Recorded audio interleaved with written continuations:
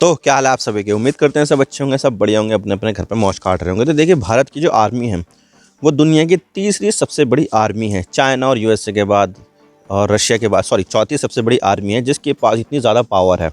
तो भारत की जो आर्मी है वो अपने आप में ही काफ़ी ज़्यादा इंपॉर्टेंट है और इसको मेंटेन करने के लिए भारत को बहुत ज़्यादा हथियारों की ज़रूरत पड़ती है। और जो भारत जो हथियार है वो खुद से तो बनाता ही है, जो छोटे मोटे हथियार होते हैं, लेकिन बहुत सारे जो हथियार होते हैं वो बाहर से ख़रीदता भी है। जैसे कि भारत का जो सबसे बड़ा जो सप्लायर है वो है रशिया, और रशिया भारत का बहुत पहले से ही, आज़ादी के समय से ही बहुत बड़ा सप्लायर बना बैठा है। और यहाँ पर जो ज़्यादातर जो हथियार आते हैं वो रशिया से ही आते हैं। पहले सोवियत यूनियन था, सोवियत यूनियन के साथ भी बहुत अच्छे संबंध थे भारत के, और भारत की मदद करने के लिए काफ़ी बार सामने आया है। और उसने यहाँ पर ये भी प्रूव किया है कि भाई जो दोस्त होता है वो मुसीबत में भी दोस्त बन के बैठा होता है, जो दोस्त होता है वो मुसीबत में भी साथ देता है। और यही काम यहाँ पर रशिया कई बार कर चुका है, भारत की मदद के लिए काफ़ी बार आया है और यहाँ पर भारत को यहाँ पर हथियार भी बहुत ज़्यादा देता है। तो भारत और रशिया के संबंध तो बहुत अच्छे हैं, और जो मोदी साहब और जो पुतिन है उनकी भी दोस्ती यहाँ पर हमने देखी है कि भाई दोनों जो नेता हैं ये आपस में दोस्त भी हैं। तो भारत और रशिया के संबंध काफ़ी ज़्यादा अच्छे हैं, लेकिन रिसेंटली यहाँ पर कुछ ऐसा हुआ है जिसकी वजह से भारत और रशिया के संबंध आने वाले समय में, या फिर हो सकता है कि अभी ख़राब भी हो सकते हैं। क्योंकि देखा जाए तो अभी रशिया जो है वो यूक्रेन के साथ युद्ध में लगा हुआ है, और यहाँ पर जो हथियार मिल रहे हैं यूक्रेन को बहुत ज़्यादा देशों से मिल रहे हैं, यूरोपियन यूनियन से, और जो अमेरिका, कनाडा है, ऑस्ट्रेलिया है, जापान है, साउथ कोरिया है, इन सब से यहाँ पर यूक्रेन को यहाँ पर बहुत ज़्यादा हथियार मिल रहे हैं, जिसकी वजह से यहाँ पर अभी तक भी रशिया यूक्रेन को हरा नहीं पाया है। और एक स्टैग्नेशन देखने को मिल रही है, स्टेलमेट देखने को मिला है यहाँ पर, कि यहाँ पर ना तो रशिया की आर्मी आगे बढ़ पा रही है, ना ही यूक्रेन की आर्मी जो है अपना एरिया को छुड़ा पा रही है। तो ये देखने को मिला है, और यहाँ पर सबसे बड़ा हाथ जो आप सामने निकल आया है वो हथियारों की वजह से आया है यूक्रेन को। यहाँ पर शुरू में सोचा जा रहा था कि भाई यहाँ पर जो यूक्रेन है वो बहुत ही जल्द हथियार डाल देगा, एक हफ्ते के अंदर अंदर रशिया जो है वो यूक्रेन को हरा देगा, लेकिन ऐसा कुछ नहीं हुआ। 2 साल होने वाले हैं, और यहाँ पर 24 फरवरी को यहाँ पर पूरे 2 साल हो जाएंगे। तो 600 साढ़े 600 दिन तो अभी तक हो चुके हैं, लेकिन अब ये कहाँ तक रुकेगी, क्या होगा, अभी भी कुछ नहीं पता है।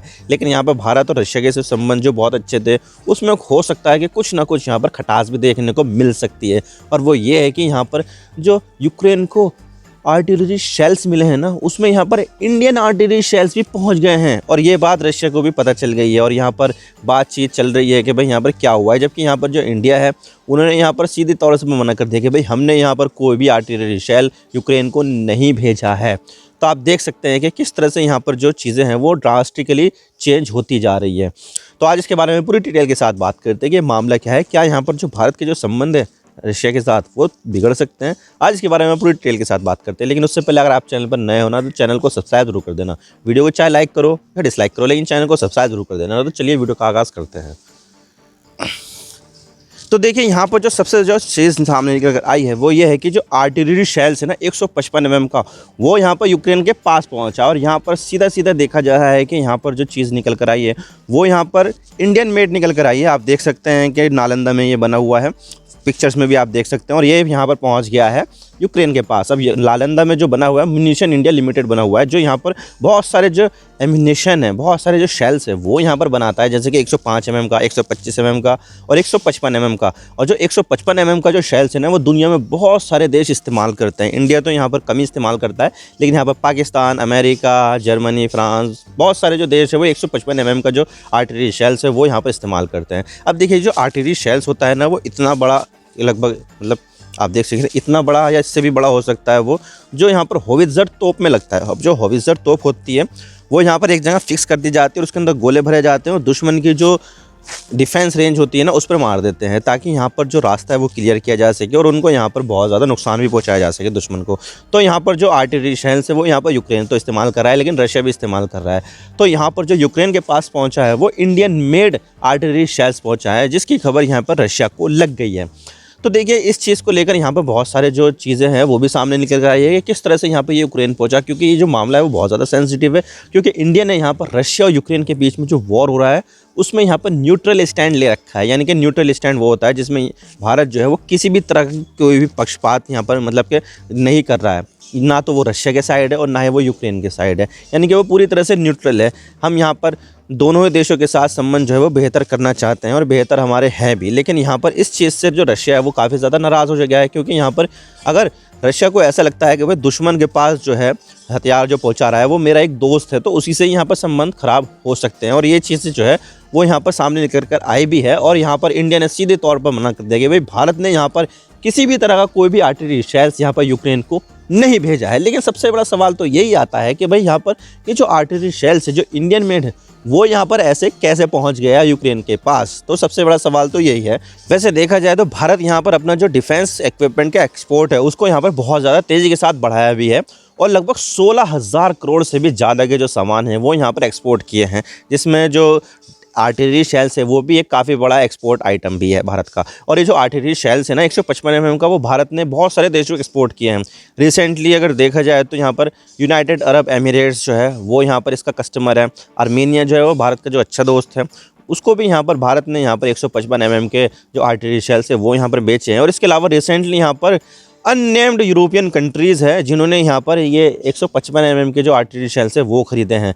और इसमें ये बताया जा रहा है कि प्रॉबेबली ये पोलैंड और स्लोवेनिया है, और जो पोलैंड और स्लोवेनिया है वो यहाँ पर नेटो के तो मेंबर है ही, लेकिन साथ में यहाँ पर जो यूक्रेन है उसके भी बहुत बड़े सपोर्टर है। तो यहाँ पर जो सामान निकल कर आया है वो यहाँ पर अगर इन्होंने यहाँ पर ये ख़रीदा है तो यहाँ पर मोस्ट प्रोबेबली इन्हीं के ज़रिए, इसी रास्ते से ज़रिए यहाँ पर ये जो सामान है वो यहाँ पर यूक्रेन को गया है। और यहाँ पर जो एक्सपर्ट है वो भी यहाँ पर यही पॉइंट आउट कर रहे हैं कि जो आर्टिलरी शेल्स है वो यहाँ पर मोस्ट प्रोबेबली स्लोवेनिया के रास्ते गया है, क्योंकि यहाँ पर रिसेंटली जो एमुनिशन है जो आर्टिलरी शेल्स है वो यहाँ पर स्लोवेनिया ने इंडिया से ख़रीदा है। तो यहाँ पर जो स्लोवेनिया है वो एक बहुत बड़ा सपोर्टर है यूक्रेन का, तो मोस्ट प्रोबेबली उसी के रास्ते से ज़रिए यहाँ पर ये जो सामान है वो यहाँ पर यूक्रेन गया है। और इसके अलावा यहाँ पर जो यूएसए है ना वो भी यहाँ पर 155 mm का जो मोटार है, जो 155 mm का जो आर्टिलरी शेल्स है वो यहाँ पर इस्तेमाल करता है।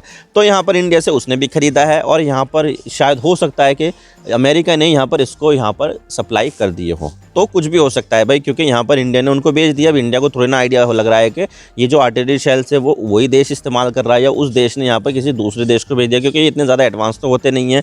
बस इसमें छोटी सी टेक्नोलॉजी लगी रहती है, वो भी यहाँ पर बस एक्सप्लोजन की टेक्नोलॉजी लगी रहती है।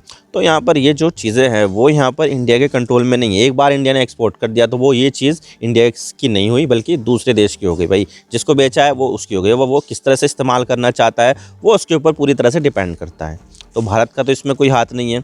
अब ये तो इलीगली हो रही है। भारत ने तो यहाँ पर यही सोच के बेचा था कि भारत ने यहाँ पर जो इस्तेमाल की जाने वाली चीज़ है वो वही देश इस्तेमाल करेगा, लेकिन यहाँ पर जो दूसरे देश है वो इसका इस्तेमाल खुद से ना कर यूक्रेन को सप्लाई कर रहे हैं, जिसकी वजह से ये चीज़ जो है वो रशिया के हाथ में लग गई। और यहाँ पर रशिया जो है वो काफ़ी ज़्यादा नाराज़ भी हो सकता है इस चीज़ को देखते हुए। वैसे अगर मैं बताऊँ तो ये जो 155 mm का जो शेल है ना वो यहाँ पर इसकी जो रेंज है वो 38 किलोमीटर तक की है, जो यहाँ पर यूक्रेन के लिए बेहतर है, क्योंकि उसके लिए हिसाब से इतनी ज़्यादा रेंज वाली तो चीज़ें चाहिए नहीं, क्योंकि जो रशिया है वो उसके ही एरिया पर बैठा हुआ है। तो यहाँ पर ज़्यादा जो चीज़ें हैं, जो ज़्यादा रेंज वाली जो आर्टिलरी शेल्स है वो यूक्रेन को नहीं चाहिए। और इसका जो ऑपरेटिंग जो टेम्परेचर है वो यहाँ पर देखा जा रहा है कि -20 डिग्री से लेकर +60 डिग्री सेल्सियस तक ये ऑपरेट कर सकता है, जो एक यूज़र फ्रेंडली है। और यहाँ पर अगर देखा जाए तो यूक्रेन में इतना ज़्यादा टेम्परेचर तो होता नहीं, यहाँ पर माइनस में कभी कभी चला जाता है, तो इतना ज़्यादा भी नहीं है। ये -20 डिग्री सेल्सियस काफ़ी ज़्यादा है, तो उसके जितना भी होगा तो यहाँ तक तो चल जाएगा, लेकिन उससे और ज़्यादा कम होगा तो नहीं चल पाएगा, ये ढंग से काम नहीं कर पाएगा, लेकिन काम फिर भी करेगा ये।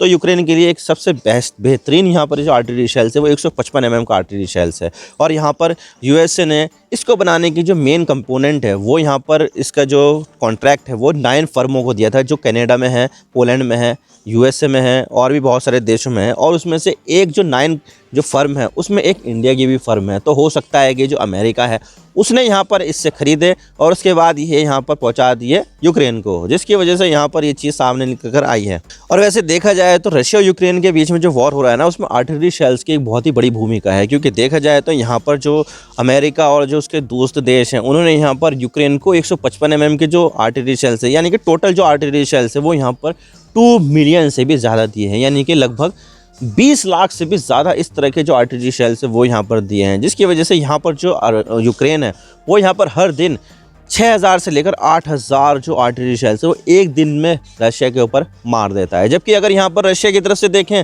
तो रशिया यहाँ पर 40,000 आर्टिलरी शेल्स एक दिन में यूक्रेन के ऊपर बरसा देता है, जिसकी वजह से जो यूक्रेन है उसकी हालत बहुत ज़्यादा ख़राब हो गई है, बहुत ज़्यादा पस्त हो गई है, जिसकी वजह से यहाँ पर यूक्रेन को बहुत ज़्यादा तगड़ा नुकसान पहुँचा है। तो ये जो आर्टिलरी शेल्स है ना, उसकी डिमांड बहुत ज़्यादा बढ़ गई है और इसी वजह से यहाँ पर जो इसका जो प्रोडक्शन है वो उस तेज़ी से नहीं बढ़ पा रहा है जिस तेज़ी से यहाँ पर इसको इस्तेमाल में किया जा रहा है। तो यहाँ पर ये चीज़ें बहुत ज़्यादा दिक्कतें दे रही है यूक्रेन को। और यहाँ पर ये जो चीज़ें हैं, इस चीज़ से यहाँ पर जो रशिया है उसको भी यहाँ पर खासी दिक्कतें हो रही है, जिसकी वजह से यहाँ पर वो आगे नहीं बढ़ पा रहा है, क्योंकि यहाँ पर यूक्रेन की तरफ से भी बहुत ज़्यादा हमले किए जा रहे हैं। और जिस तरह से यहाँ पर Indian made artillery shells Ukraine के पास पहुँचा है, तो इसी वजह से यहाँ पर रशिया भी जो है काफ़ी ज़्यादा गुस्से में आ सकता है। अब देखते हैं कि भारत जो है वो इस स्थिति को किस तरह से संभालता है। क्या यहाँ पर जो रशिया और इंडिया के जो संबंध है वो यहाँ पर ख़राब होंगे या नहीं होंगे, ये तो समय ही बताएगा। लेकिन अभी देखा जाए तो भारत और रशिया के जो संबंध है वो बहुत ज़्यादा जो है वो डीपर है। भारत यहाँ पर रशिया से बहुत ज़्यादा ऑयल भी परचेज़ कर रहा है। अपनी ज़रूरतों का लगभग 30 से लेकर 40% का जो ऑयल है वो भारत रशिया से इंपोर्ट कर रहा है, जो बहुत ही ज़्यादा तगड़ी बात है। और यहाँ पर दुनिया के जो यूरोपियन जो देश है उन्होंने यहाँ पर रशिया को आइसोलेट कर दिया, कुछ सामान नहीं खरीद रहे हैं, जिसकी वजह से रशिया की जो हालत है वो बहुत ज़्यादा ख़राब हो गई है इकोनॉमिकली। तो यहाँ पर उसको कोई ना कोई से तो जो है कस्टमर चाहिए था। तो यहाँ पर जो कस्टमर सबसे बड़े जो निकल कर आए वो चाइना तो निकल कर आया है, लेकिन साथ में इंडिया भी निकल कर आया है। और यहाँ पर इंडिया क्यों ना खरीदे रशिया से सामान, क्योंकि यहाँ पर जो रशिया है वो इंडिया को काफ़ी तगड़ा डिस्काउंट भी दे रहा है। अगर यहाँ पर मार्केट में प्राइस अगर क्रूड ऑयल का यहाँ पर $80 चलेगा, तो यहाँ पर जो रशिया है उस पर $10 का $15 का डिस्काउंट दे सकता है और दे भी रहा है यहाँ पर, जिसकी वजह से भारत के लिए ये चीज़ काफ़ी ज़्यादा बेनिफिशियल है। तो आई होप आपको सारी बातें समझ में आ गई होगी। लेकिन मुझे नहीं लगता कि यहाँ पर अभी रशिया और इंडिया के जो संबंध है वो ख़राब हो गए हैं, क्योंकि भारत ने यहाँ पर इसको पूरी तरह से क्लैरिफाई कर दिया रशिया के सामने। अब देखते हैं आगे क्या होता है, ये तो आने वाला वक्त ही बताएगा। मैं तो बस इतना कहना चाहता हूँ, वीडियो को लाइक करो या डिसलाइक करो, लेकिन चैनल को सब्सक्राइब जरूर कर देना। आपके एक सब्सक्रिप्शन से हमें आगे कॉन्टेंट बनाने की मोटिवेशन मिलती है। Thank you for watching. I really appreciate your precious time. God bless you all. Now signing off.